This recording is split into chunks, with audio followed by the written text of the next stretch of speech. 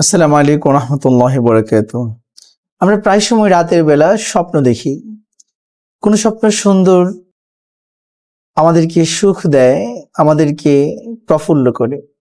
আবার কিছু স্বপ্ন আমাদের জন্য দুঃস্বপ্ন হয়ে আসে। এই স্বপ্নের অবস্থাটা কি আসলে? আর যদি আমরা দুঃস্বপ্ন দেখি তাহলে সেখান থেকে বাঁচার উপায় কি? নবী করিম সাল্লাল্লাহু আলাইহি সাল্লাম বলেছেন, বুখারী শরীফের 3292 নম্বর হাদিসে এসেছে, মুসলিম শরীফের 2261 নম্বর হাদিসে এসেছে, বিশ্বনবী বলেন, সুন্দর ও সত্য স্বপ্ন আল্লাহর পক্ষ থেকে, আর দুঃস্বপ্ন শয়তানের পক্ষ থেকে। যখন তোমরা রাতের বেলা কোনো খারাপ স্বপ্ন দেখবে, তখন বাম পাশে 3 বার থুতু নিক্ষেপ করবে।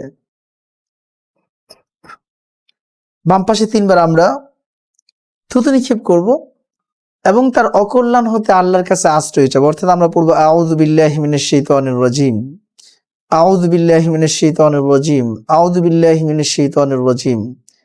রাতের বেলা যখন আমরা দুঃস্বপ্ন দেখব, ঘুম থেকে জেগে উঠে আমরা অবশ্যই বাম দিকে থুতু নিক্ষেপ করব হালকা করে এবং আল্লাহর কাছে সেই শয়তান থেকে আশ্রয় চাইব।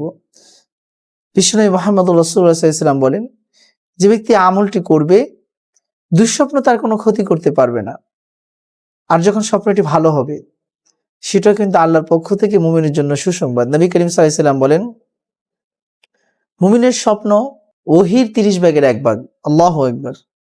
কোন কোন বর্ণনায় এসেছে মুমিনের স্বপ্ন ওহীর 40 ভাগের 1 ভাগ।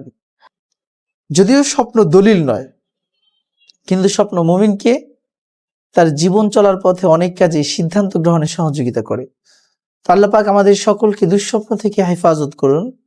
আমাদের ভালো স্বপ্নগুলো আমাদের জীবনকে সুখময় করতে কাজে লাগান। আসসালামু আলাইকুম ওয়া রাহমাতুল্লাহি ওয়া বারাকাতুহু।